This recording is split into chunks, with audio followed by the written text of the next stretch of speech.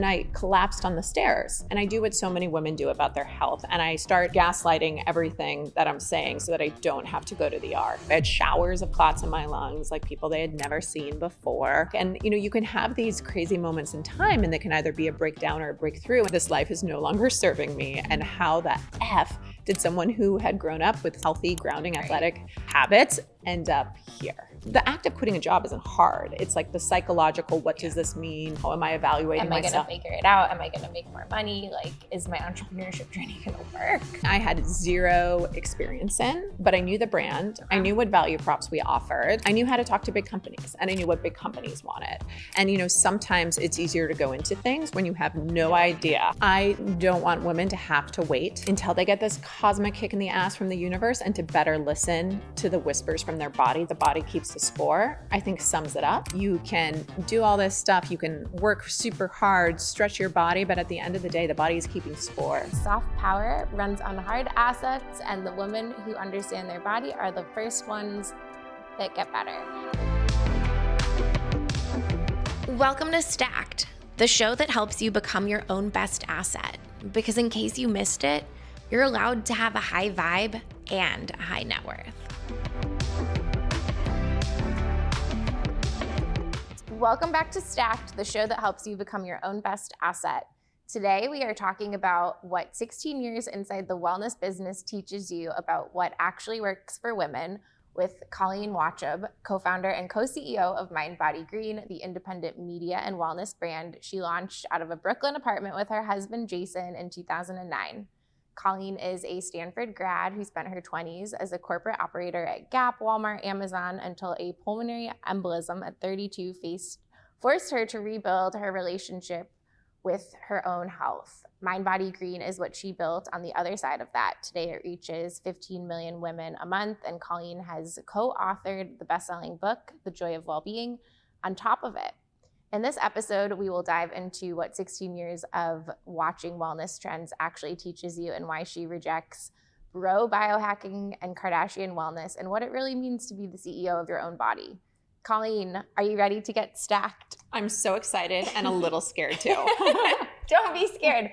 The whole point of this show is to just pull back the curtain on all these amazing founders, mentors, people in Miami that I've been able to connect with. We got connected through, I think, 4 or 5 different touch points just over the last year and a half.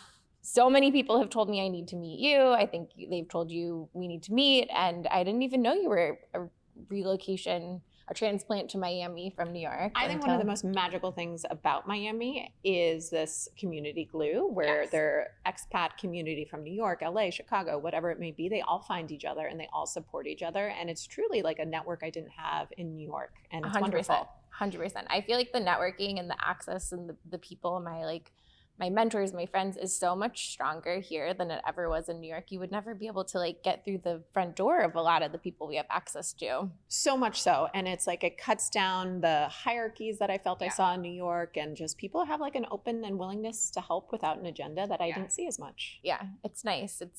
It took me a while to fall into and find those people, but once you do, we were at a networking event on Friday. I didn't even see you, but I know you were there. Yeah, exactly. We were at the same networking event. It was small as 100 people, but the community here is so nice and accessible. Agreed. So I want to get started with your background, kind of your story. Where did you grow up? You went to Stanford. You studied international relations and Spanish, which has nothing to do with what you're doing today. And then you worked in retail. I also was in retail for about a decade before doing the whole change. But kind of walk me through where did you grow up? What was your family life like? And what did you think you were going to be doing at 20 years old? So I grew up in SoCal, played a lot of sports growing up, and then loved California. Who doesn't? So wanted to stay there. Yeah. Went to Stanford, kind of fell into international relations and Spanish. I always had an affinity for Latin American culture, Spanish language. So I guess it's no surprise I ended up here in Miami. Mm-hmm. And I think international relations was this wonderful catch-all for people who didn't really know what they wanted to do in life. Sure, there was a very small, narrow group of that who were I want to be a diplomat. Right. I knew I didn't want to do that. Right. But it was a little bit of econ, a little bit of history, a little bit of poli-sci. You're required to study abroad. Mm-hmm. Okay, this sounds fantastic. Right. So I did that. And then when I graduated, at the time, Gap Inc. had this amazing retail management program where you get paid to like learn and do. And so I spent a long time there at Gap Inc., 8 or 9 years before my husband and I got engaged, and then moved out to New York, where we were for 13 years before Miami. Okay. And so you were in San Francisco. Yeah. Did you play a lot of sports growing up? How important was health and fitness in your childhood, teens, and college years? So like wellness wasn't part of the vernacular. Like no one used that word, but like my parents made healthy choices. We were always in sports. And while I wasn't the best at it, I feel like I learned my most important life lessons in terms of grit, resilience, showing up, doing hard things, and training your mind and body to be able to do hard things. And I did crew for a year at Stanford, and you know, I couldn't really keep up. It wasn't a fit. It was raining a lot. It wasn't the idyllic thing you imagine when you think of crew. And I was like, whoa, this is not for me. But like that athlete's mentality, like I've always been attracted to, of like, there's a goal, we're going to go after it, we're going to get it, we're going to have a positive mindset. And like, I see it come out through like my parenting a lot, because those values have always been really important to my husband and I. So I grew up, you know, with people who had a lot of healthy values, but they didn't use the word wellness yet. And then I think my 20s were kind of, a lot of hit and misses. Like San Francisco had such a great athletic culture. I did triathlons, I did half marathons, I ran with my friends in the morning, but then I also would eat like, lots of Diet Coke, Sour Patch Kids, and like, do a lot of other stuff that, isn't part of my daily routine now. Yeah. Okay. So that is early part. You moved to New York, you're still working in retail and corporate. Yeah. And something happened. What can you kind of walk us through? Yeah, this big shift. Yeah, I was working at Amazon at the time, and there was one Saturday where I had a life-threatening pulmonary embolism. I didn't know that was happening at the moment, of course, but I was going to Tara Stiles' yoga class in Soho. She's the godmother of my daughter, Gracie. And I left class and I was like, oh, I'm having trouble breathing. Like, honey, can you like come into the city? This is weird. You call your husband come in to the city. Okay. So he came in from Brooklyn, and we started walking around the West Village, and I was like, I think I just need to go home. So we took the train home, and the particular subway station had a lot of stairs, and I collapsed on the stairs and like fell down, which obviously had never happened before. We get out of the subway station, and I do what so many women do about their health, and I start calling my doctor, but then gaslighting everything that I'm saying so that I don't have to go to the ER. I'm like, oh, I didn't have enough Gatorade, I must be dehydrated. And, I always did Saturday morning yoga classes. This was not, an outlier exertion, but I just did not want to go to NYU ER on a Saturday. Yeah. So, the rest of the weekend was so atypical. I ignored all of these, I would say they were louder than whispers at this point in time. All of these, signs from my body that something was off. Napped, slept a ton. And then on Monday morning, I was supposed to go to work. And my husband was like, the only way I'm letting you go to work is if you go to the doctor on the way there. So I worked in Midtown. I took the train from Brooklyn to Soho, saw my doctor.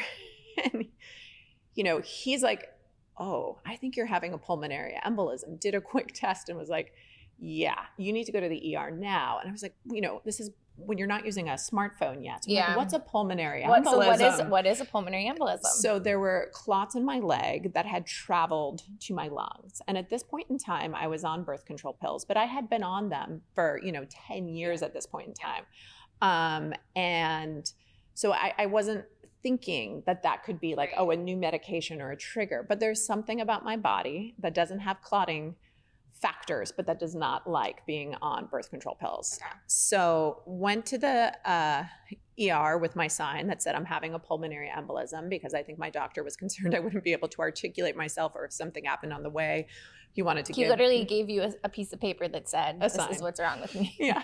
Please see me. Exactly. And, when I was in the ER, like I was very lucky to be alive. I had showers of clots in my lungs, like people they had never seen before.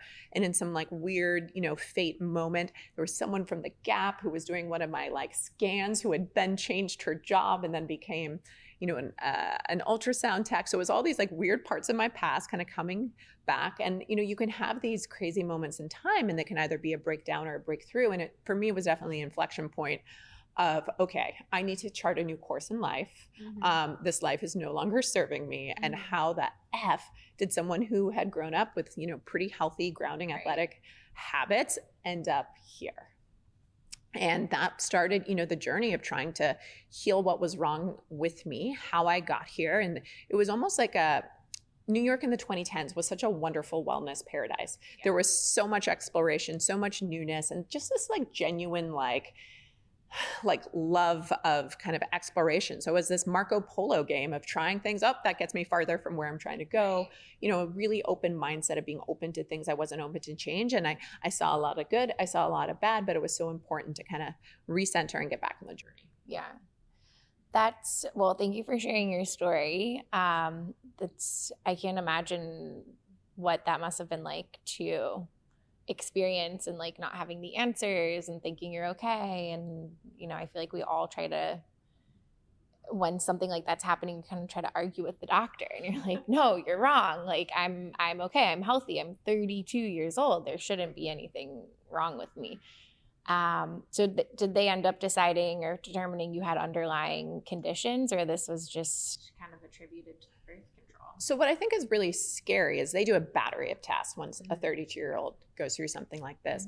And I do not have any of the underlying factors for clotting. So if I had gone in and, I know they're doing more of the screening now, like before women get birth control pills, they probably would have been like, she's fine to be on this. But, I have to think it was a gift from God, from the universe, because your risk of clotting is so much more severe when you're pregnant than when you're on birth control pills. And I think I would have been a little, lax about my pregnancy, as opposed to having this information. There were a few doctors in New York who actually wanted to treat me because of the insurance risk. So I had a very high risk doctor. I was on Lovenox injections to ensure that I wouldn't clot. And it was just something that was treated with a lot of care and ended up being an easy labor and delivery process. But I have to think that, God must have wanted me to go with the right caution into that. Yeah. What is one thing you wish every ambitious 32-year-old woman knew about her own body that you didn't at that time? I mean, ultimately, I don't want women to have to wait until they get this cosmic kick in the ass from the universe and to better listen to the whispers from their body that were happening at that time, which I just wasn't in tune enough to listen to. And, the iconic book, The Body Keeps the Score, I think sums it up. You can do all this stuff. You can work super hard, stretch your body, but at the end of the day, the body is keeping score. It's a great book, by the way. Such a good book. I should probably reread it. Yes, I think I should too. Okay, so this event happens. How does that kind of dogtail into the launch of what would become Mind Body Green? So Mind Body Green, I had been working with Jason nights and weekends. He was like already full Jason is your husband. My husband, founder, co-CEO. And this was a catalyst to just go all in. And I kind of had to wait until I could breathe again really easily, till I got past this, medical thing that was happening. And then I got to the point, of taking a really massive salary cut and going in, full time, which the physical part of doing that wasn't hard. It was more the psychological part when you're in New York with a certain set of friends.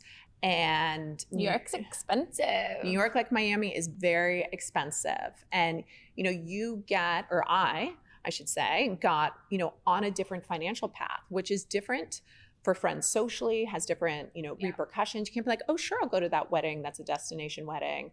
And you have a different lifestyle, which I think does chart a different course. And so the act of quitting a job isn't hard. It's like the psychological, what does this mean? How am I evaluating myself? Am I going to figure it out? Am I going to make more money? Like, is my entrepreneurship journey going to work? All of those questions. All of them. They're really scary. All of them. Yeah. They're really scary. And, they're real. And I never try to belittle the importance of financial wellness in a company, in a life, in a partnership. It's one of the company values that we have at Mind Body Green. And, I think for me, it's so important to have that control over your own destiny and just to have those honest conversations in your own life, in your partnership, and in your business too. Yeah. Okay, so Mind Body Green, it existed when you were 32 years old, and it was a website, media, blogs. What was it when you were 32? Yeah, so it was, I would say, a blog at that moment in time. Okay. The business hadn't been monetized. It took us about 4 years to monetize the business in like any sort of capacity. And, you know, from that time, there was just these wonderful like tailwinds happening within media that, you know, don't currently exist, where whether it was SEO or whether it was Meta, you were able to grow your reach in a way that you couldn't do right now. Yeah. And so those tailwinds organically exactly helped propel us, you know, to really massive traffic and reach in a short amount of time. And so from, you know, we started monetizing the business probably like 2012, 2013. And then from there until 2019, media was the main revenue stream. So selling partnerships to brands, ads on the site, events, branded content. Yeah, exactly. Online education came in at the tail of that, which we now have flagship programs to health coaching and perimenopause and menopause, whatever life stage, you know, someone might be in. And then we launched our supplements in 2020.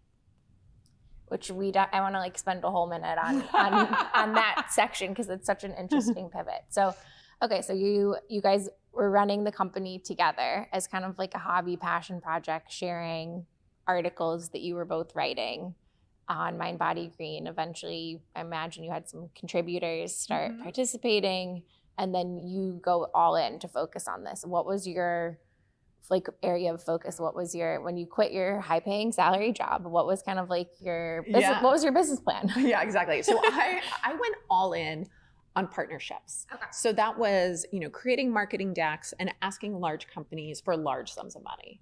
Something I had zero experience in, but I knew the brand, I knew what value props we offered, and I knew how to talk to big companies, and I knew what big companies wanted. And it was a really fascinating game. Like the world has changed so much since then. But back then there was an expectation that you bribe a lot of these media agencies through like gene parties and tennis parties and whining and dining. And luckily that's all been tamed down as the world has changed. But it was just this like whole new world. And, you know, sometimes it's easier to go into things when you have no idea. I didn't know anything about this world. So I'm like, sure, I'll ask these people for $1 million. That sounds like a great idea. I don't know, you know, I'm not thinking of all the things that can go wrong, how many other people are doing this, how many other people have like legitimate marketing engines behind them doing this. How am I going to execute all of the deliverables I'm promising them for this big check? I get it. We're just like, we'll make it happen. And so it is just ironic because like the area where I actually had some some knowledge and some expertise took us a lot longer to kind of get into. And it's just funny. It's so interesting. And so then when does Jason, he was doing a different full-time career? No, he was already full-time. Oh, he went before you. Full-time mindbodygreen, zero salary for about 3 years. Okay.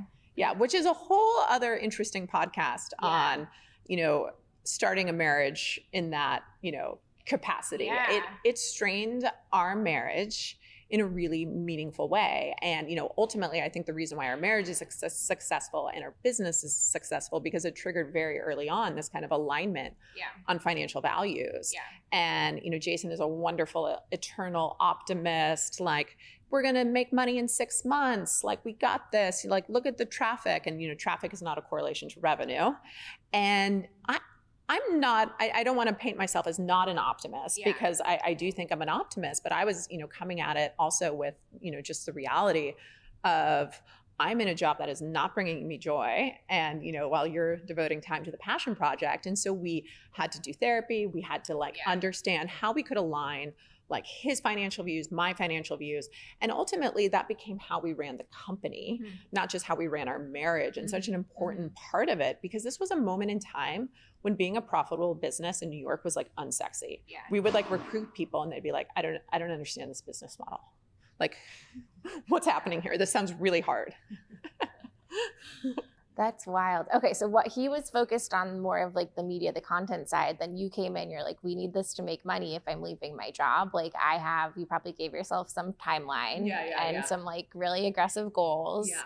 And now take us to today before we get into the CPG and that whole space. How did you guys divide up kind of roles and responsibilities in running this thing? I mean, I would say it's always probably been more fluid than most. Okay. And like, which is not typical. Which is not typical. And when you say Jason was, doing the media, like back in the olden times, back in the dark days, the olden days. You're making me feel old now by saying that. It was like I remember these days vividly. Yeah, exactly. You couldn't program Facebook. Like there wasn't like tools to schedule your post. No, you had to manually do everything. You were manually there was no chat GPT to help you write an article. No. So it was literally, Jason would be the person posting 12 times a day before we left the house, on a Saturday and Sunday. And I think like where we've always kind of like shared space is in, what does wellness mean? Because wellness has changed so much. So how our brand is distilled is different than someone who's just a CPG brand. Right. Content for us is how we distill our brand. It's how we distill our values in terms of what we talk about, what are the experts we tap to talk about it, and then also this whole other piece of what we don't talk about. Right. So that's always a piece where I feel like we've been in like fundamental alignment. Yeah. I am candidly a better operator. So unfortunately I have to spend some more time operating than I would probably, like to in terms of how we divide and conquer. And, Jason continues to kind of lead a lot of the vision work. He runs our podcast, which I'm not involved in, but very amazed by your setup here.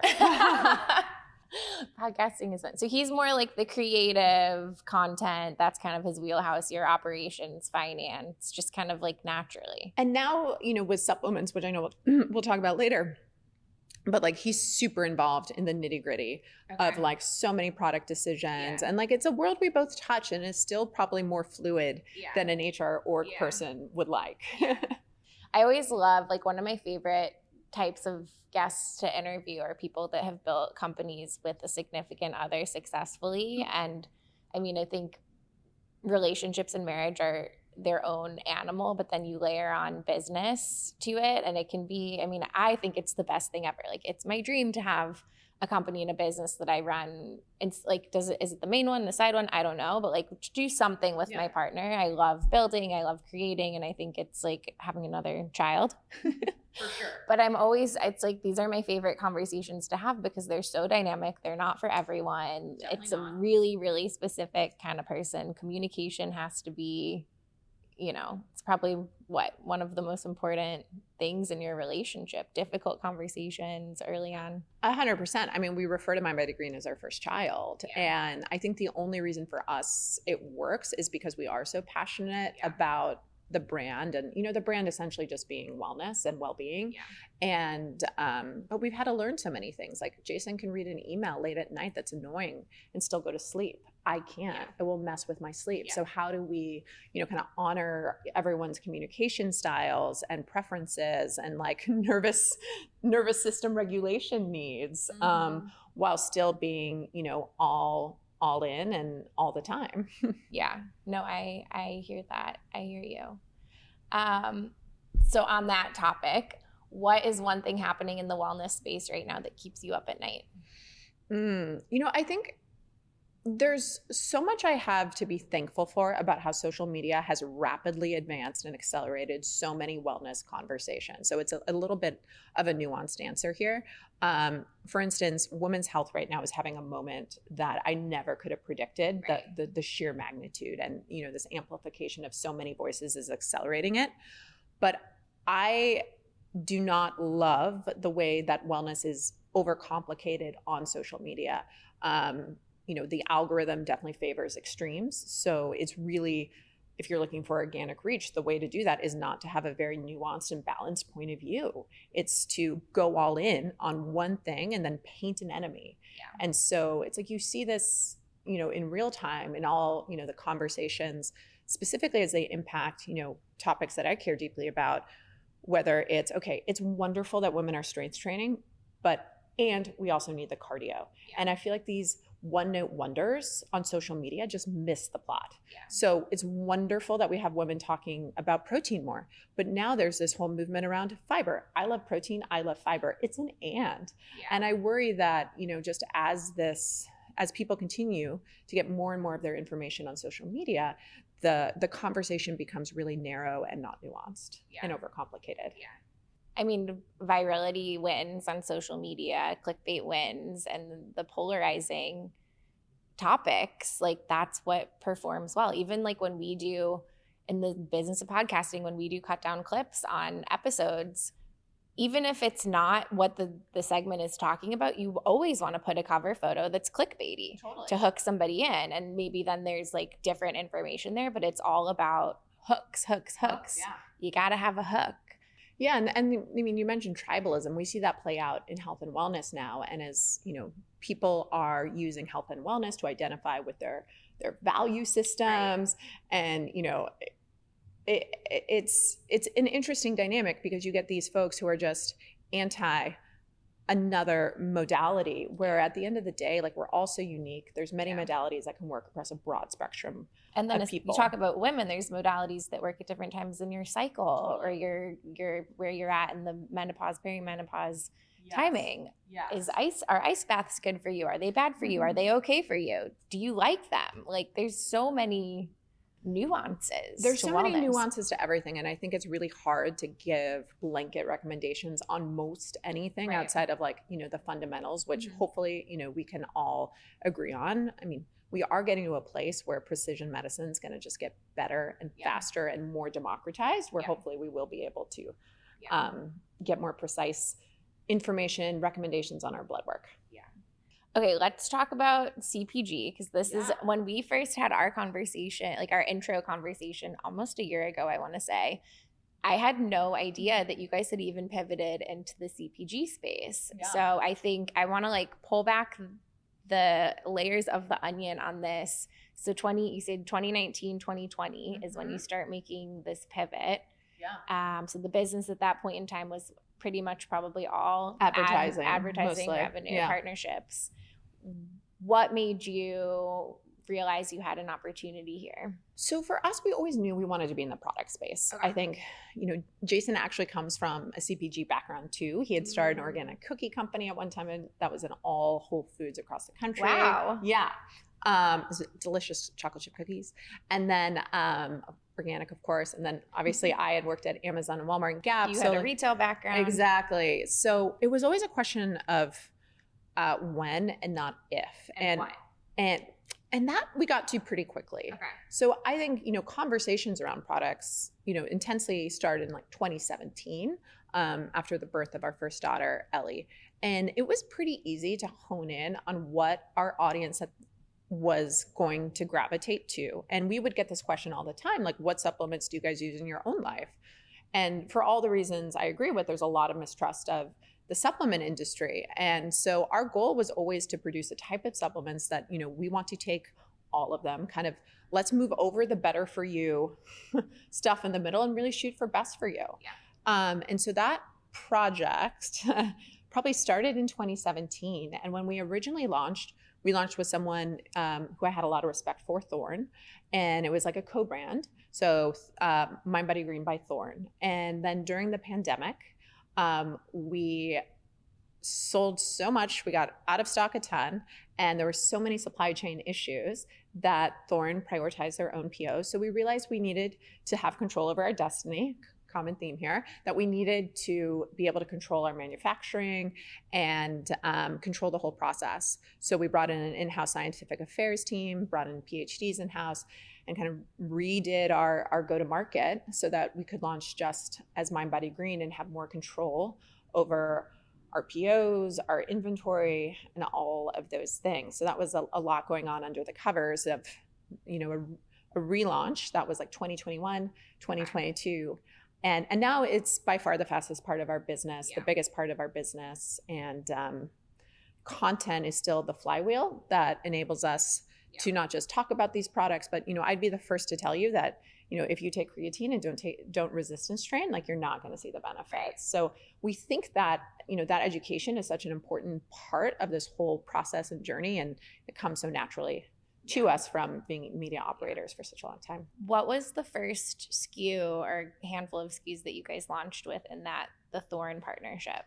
So we launched with like 5 or 6 SKUs. Okay. And, it's interesting because the dynamics now are so different in terms of what's driving our sales than when we first launched. So when we first launched, We had a sleep support SKU, which is a combination of magnesium, pharma-GABA, and jujube, which was part of that original portfolio and is still a strong seller for us now. We also have, learned so much on that journey. So when we launched, we were all capsule format. And capsules serve a very important need, but a lot of women get capsule and pill fatigue. So we've moved a lot of our assortment over to stick packs, which, you can put in your water bottle, you can bring in when you're traveling, you can bring some to work. And that's really where more of our audience and community is gravitating to, these easy to go formats. They prefer powder over pills. They prefer stick packs in particular over powders. So the ability to be, here's my single serve portion. I'm take it with me. Yeah, exactly. On the go, and I'll take it later. Yeah, we have an audience that spans, women from 30 to 65 who are, and of course we have some below that too, but like that's our core of people who are, on the go, busy moms, or just busy in all elements of life. So what is today you guys have full control over the operation. It's called mindbodygreen, sold on your website. Are you in any retailers? We have gotten a lot of inbound interest, and there's a few things we need to do to get ourselves retail ready. It kind of goes back to, all the devils of the details when you've been in this beast. When you've been on the buy. Yeah. So, for 2027, I could see us having a very robust retail strategy, but the brand's at the place where if we go into retail, we need to win. Yeah. And so we need to make sure that we are buttoned up to win in that channel, because we are currently only on our D2C and we haven't even yet done Amazon. Yeah. Because you don't need to. Yeah. I mean, it's like I have a, complicated relationship with Amazon in the sense of, I as a shopper and a family and busy, I spend a lot of time and money on Prime, but I don't love, everything that's happening there on the supplement side of the business. And I'm so protective of our brand. And no, I hear you. I hear you. It's easy to order your supplements on Amazon, but once you start kind of doing any of your own research and pulling back the curtain, I now am buying all my vitamins and supplements directly from the website of the brand, even if they're on Amazon, because you don't always know what's going on there. Exactly. On a multitude of layers. But, America chooses to shop there, and I totally understand that. So I know we're leaving some women off the table. Yeah. So I'd see us on Amazon soon too. Yeah.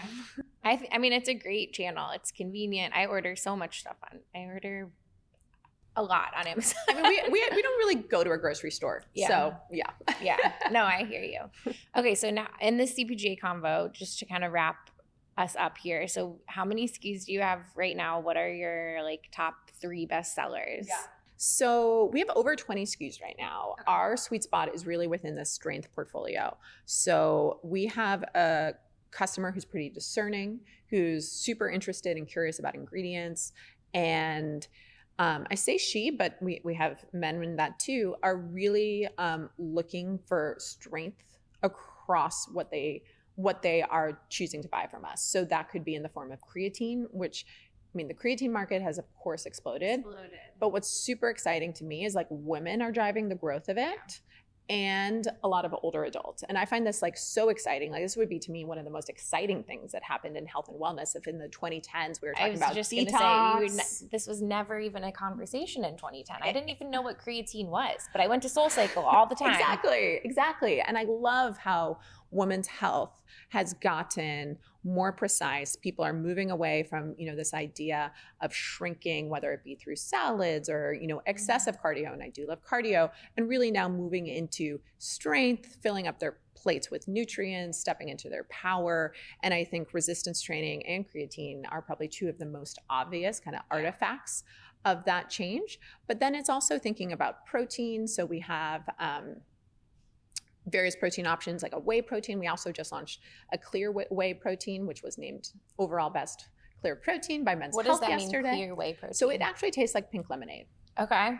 And it is perfect for the weather outside right now. I feel like it's an all year staple here in Miami. I should have brought products with me to give to you today. Yeah, Apologies. Done a taste test. I know, we could have got it on. It is delicious. And there's so much range of opinion about how much protein a woman should have, but I was definitely one of those who was undernourished and, was very thoughtful about vegetables, but like kind of wasn't as thoughtful. And, tracking nutrients is not something that brings me a ton of joy. Yeah. And my trainer kind of had to force me to do it. And I was like, I'll give you 2 weeks. And, that's all I can give you. But, realize that, if I'm supposed to be getting anywhere from like 100 to 150 grams of protein. It's hard to get that much protein. It's really hard. Way short. So this is something I have to be intentional about. And you should always, of course, get your protein first from food. But like, I need a little bit of boost. And especially if I'm doing a lot of exercise and intensity, I likely will need to grab some of that on the go. Yeah. Yeah. What is the most overrated supplement in the women's wellness market right now? Where do you think women are throwing money at a bottle and they should be going to the gym? Ooh, most overrated. So, we actually tried for about 2 years to build a plant protein.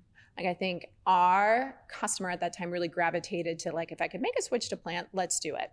But what we learned through this process is it's impossible to get the same impact on muscle protein synthesis through a plant protein as you can through whey. Okay. Plant doesn't have the same amount of leucine, which is the amino acid that triggers muscle protein synthesis per gram, that whey does. So if your goal is muscle growth, go for the whey and skip the plant. Yeah. Unless you have dietary issues. So I was going to say, I do not mix well with whey protein. Like it literally gives me cystic acne, my chin, my cheeks, lower cheeks. I can't take it, but I have celiacs. So I think there's a lot of correlations between people who have celiacs with, I've heard recently this is wrong, but I thought there was lactose in whey protein. So there's like some issue for me there. So I avoid whey. Yeah. But I know other people that take it don't have that issue, and it works much better for them than like a collagen or a plant, right? Like whey protein. Totally, and there's a range of quality. So a whey protein isolate is going to be different than a whey protein concentrate for someone who has a sensitive stomach, but obviously first and foremost adhering to any dietary restrictions. But it's super tricky to get the protein intake. You just trained for HYROX and you added 6 points to your VO2 max in the process. Yes, I did. Can you tell us about that? I've seen HYROX everywhere, and I'm like kind of intimidated. Oh, totally. So I think I had seen it everywhere on social media. And, from a business standpoint, I had heard about the tens of thousands of people that they were getting to go to this event. Cult following. So I was intrigued. And I mentioned to my incredible trainer who's based here in Miami, Ashley DeMage of Mothership Wellness. And I was like, I think I would do this. And then she was like, what is it? What is HYROX? So it is like an evolution of the CrossFit Games. There's no association with CrossFit, but that type of mentality where it is a combination of hybrid athletics. So it's a total of 8 or 10 kilometers of running. And then there's modalities that are workout driven in between the kilometers of running. Okay. So that's like an obstacle course for grownups. Exactly. That is a wonderful analogy. So that could mean anything from rowing, ski erging, sled pulling, sled pushing to, the infamous wall balls that you do 100 of at the end of it.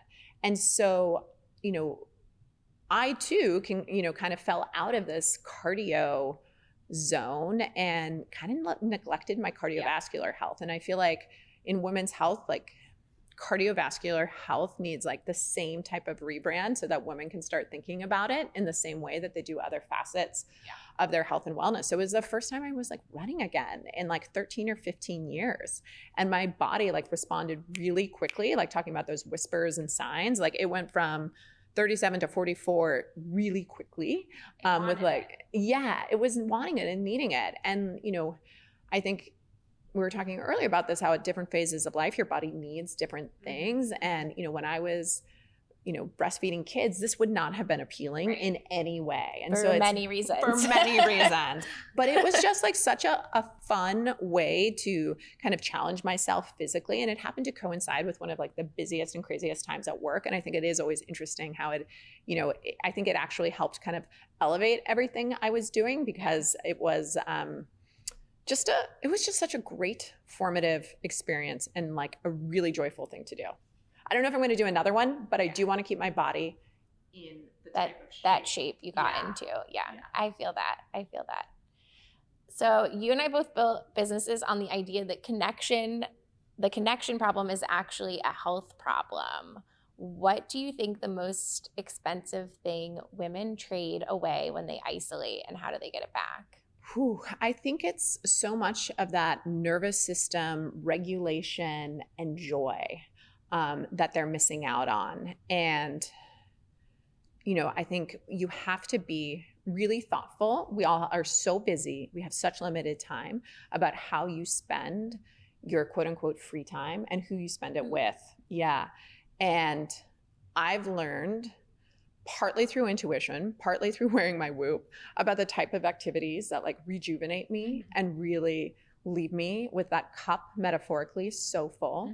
And I've found that I have the best kind of recovery metrics on my Whoop after a night that I've spent with good girlfriends. And it's the type of activity that you never have to second guess, oh, is this something I want to go to? When it's like a hell yes. Yeah.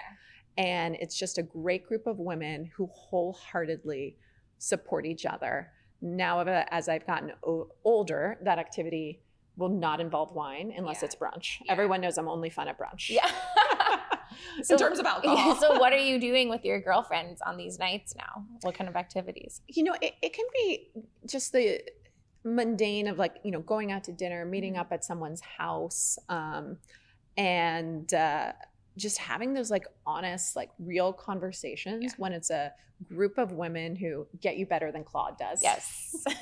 They get you off the computer. Exactly. Are you guys doing like workouts together? Any fitness, wellness activities? So a huge part of why I enjoyed training for the HYROX was that Ashley and I were training together. Okay. I would find no joy in being on a treadmill and running, even with like the best music in my headphones. Yeah. It's lonely. It's lonely. And I would much prefer to run outside, but I actually 1,000% more prefer running outside with a friend. Yeah. Where you're having these really heartfelt conversations about, when you have an hour with someone multiple times a week, like you are going deep about stuff that you're not going to share, maybe at a girls catch up dinner. Yeah, because that happens once every other month. Exactly. And that for me brought me so much joy. And yes, it was amazing for the consistency part of it. But I think one of the biggest opportunities for women is to really, and men, is to find something that brings them joy when they exercise, because that is the only way they will do it. If you could ban one phrase or framing from the wellness industry, what would it be? I hate the new year, new you.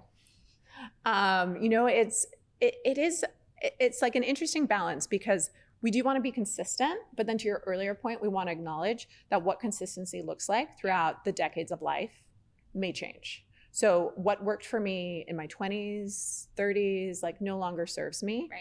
So how are you consistent in the ways that serve you in that moment in time, while also realizing that like we are humans going through life. Yeah. So when you have a work crisis, when you have a child crisis, when you have a family crisis, a friend crisis, like give yourself some grace. All right, now we're in my favorite part of the show, our lightning round. Amazing. So I'm going to give you some rapid fire questions and answer how you want. I love it.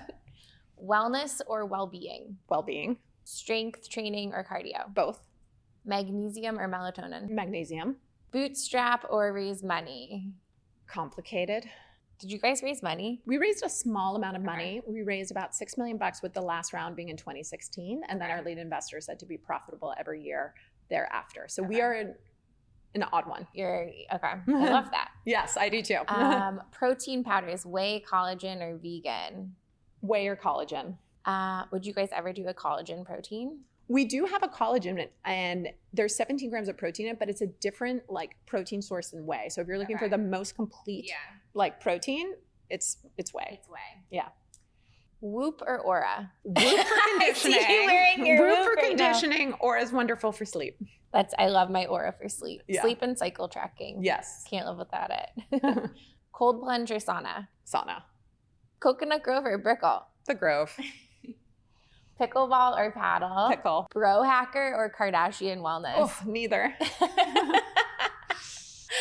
All right, Colleen, thank you so much for coming on the show. Where can everyone find you? I'm Colleen Wachob on Instagram. I should probably post some more there. And then mindbodygreen across all channels. Everywhere. Yeah. All right, you guys, thank you so much, Colleen, for coming on the show. This was your well-being starter pack and exactly the kind of conversation we love to have on Stacked. This episode was made to help you think differently about how you take care of yourself. And send it to the most ambitious woman in your world, because soft power runs on hard assets, and the women who understand their body are the first ones that get better. I'm your host, Emily Dempsey. If you guys are not already following us, please make sure you're following us on all channels: Spotify, Apple, YouTube, Instagram, everywhere on social media. All of your support helps us a lot right now in the early days. And we will see you next week on Stacked. That's a wrap on this episode of Stacked. If this one added value, share it with someone who's ready to level up their financial life. Subscribe so you never miss an episode. And if you're feeling generous, leave a rating and review. It helps us keep the show going and reach more people who are serious about becoming their own best asset. You can subscribe to our newsletter at www.stackedassets.co for weekly intel on Bitcoin markets, business, and living well. Follow along on socials at Stacked Assets or my personal at Emily Dempsey for more on Bitcoin business and building the life you actually want. I'll see you next week. Stay stacked.